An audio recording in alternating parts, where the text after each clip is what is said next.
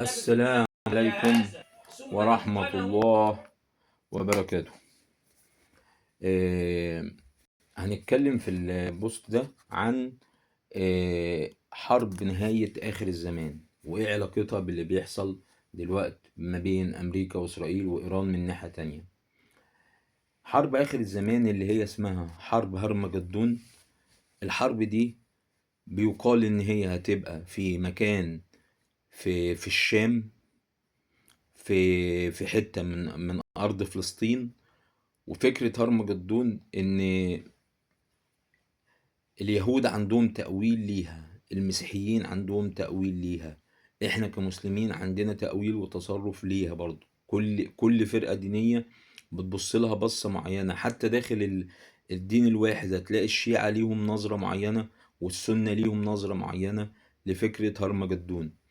يعني مثلا لو جينا اتكلمنا من وجهة نظر الإنجليين في أمريكا، ومش كلهم طبعا، في نسبة منهم عندهم تأويلات لنصوص في الكتاب المقدس بتقول إن إن المسيح مش هينزل إلا لما تقام دولة إسرائيل الكبرى، وتقام معركة هرمجدون اللي هي هتبقى بين الخير والشر، واللي هينتهي الشر بعدها في العالم وينتصر الخير، والخير يتمثل في عودة المسيح وإعلان إلهيته وإعلان إن هو الدين الصح من وجهة نظرهم. دي فرقة من الإنجليين في أمريكا، وللأسف هي الفرقة دي هي اللي مسيطرة هناك على السياسة الأمريكية. هي مؤمنة بحتة تأويل بعض نصوص الكتاب المقدس من فهمهم إن إحنا مش هنقدر نقيم، إن المسيح مش هينزل إلا لما نقيم دولة إسرائيل الكبرى التي تمتد من النيل إلى الفرات. إسرائيل بقى ذات نفسهم اليهود بالذات المتطرفين منهم عندهم برضو تأويل وفهم للنصوص بتاعتهم. ان ان المسيح، هم طبعا مش معترفين بسيدنا عيسى ابن مريم، مش معترفين بيه ولا معترفين بأي آخر نبي عندهم جه، الأنبياء بتاعتهم، لكن مش معترفين بحد تاني جه، وهم ما زالوا في انتظار المسيح اللي هو المسيح المخلص. والمسيح ده مش هينزل ولا هيظهر إلا لما يتم إقامة هيكل سليمان اللي هم بيحاولوا يعملوا فيه حفريات باستمرار تحت المسجد الأقصى. طيب، احنا كمسلمين احنا كمسلمين عندنا برضو تصور وفهم ان ال ان ان في اخر الزمان هيظهر المهدي المنتظر، والمهدي المنتظر ده هيبقى اسمه محمد بن عبد الله.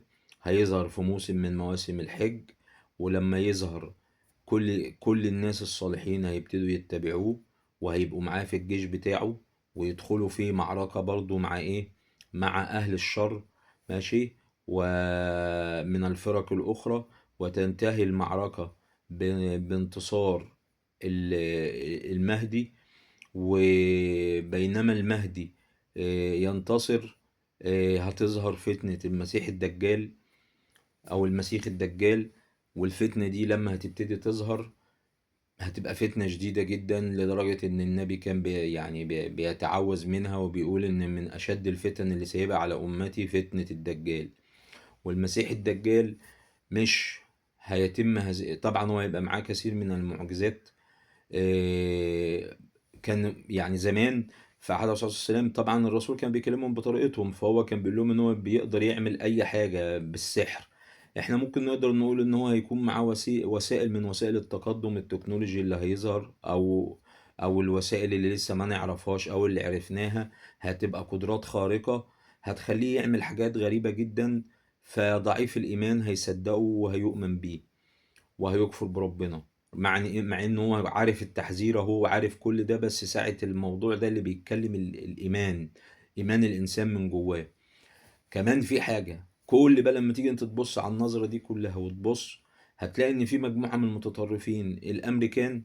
هو وزير الحرب بتاعهم طالع بيقول مش معقولة نمشي ورا تطرف مجموعة من الشيعة الإيرانيين المسلمين، ومن تطرف الدعوة إلى أديان ومعتقدات بالية، مع إنه هو أصلا هو وترامب رئيسه واللي مسيطر على السياسة الأمريكية دلوقتي ينتموا إلى اليمين المتطرف اللي هم مؤمنين بالتأويلات دي.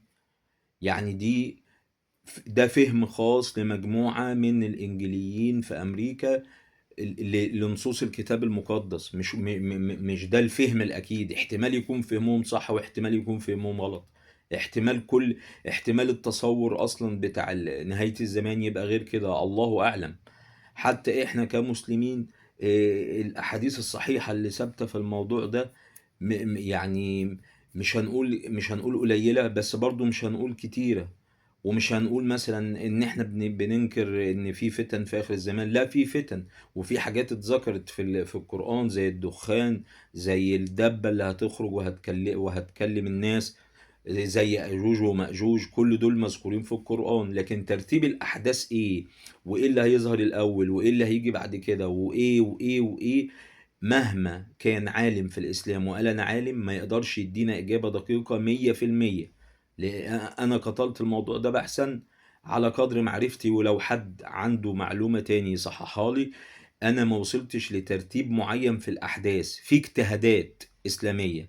نرجع بقى للأخ وزير أمريكا اللي هو ترامب والمجموعة اللي معاه. هم متعمدين يا جماعة يشعلوا الحرب دي، لأن هم عندهم فهم وتأويل لنصوص دينية عندهم إن اللي بيعملوه ده لصالح عودة المسيح. إن المسيح مش هيرجع إلا لما تقام دولة إسرائيل الكبرى من النيل إلى الفرات.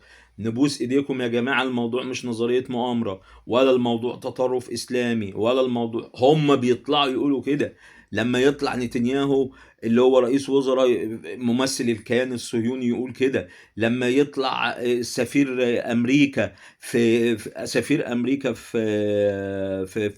فلسطين ويطلع في لقاء ويقول كده، او سفير امريكا في اسرائيل ويطلع ويقول كده: انا مؤمن بنصوص كتاب المقدس، ومؤمن بمملكة يهوذا، ومؤمن بعودة المسيح واقامة دولة اليهود الكبرى، وان دي ارض اليهود المستحقة اصلا. طب انتوا مستنيين ايه تاني يا جماعة؟ يعني الناس بتطلع وبتعترف، واحنا لسه بنتكلم في سلام وتسامح. يا جماعة، مفروض كل دولة تعد نفسها للعدة دي. مش هنقول نتحد، ولا نقول خلافة، ولا هنقول أي كلام من كلام الشعارات. احنا بنقول كل مجتمع يبني نفسه بنفسه. القائمين على كل دولة يبقوا صاحيين لشعبهم وصاحيين للمؤامرات حواليهم، وبيبنوا أجيال علميا وعقائديا إن هم يواجهوا الحياة ويواجهوا الفترة اللي جاية. شكرا.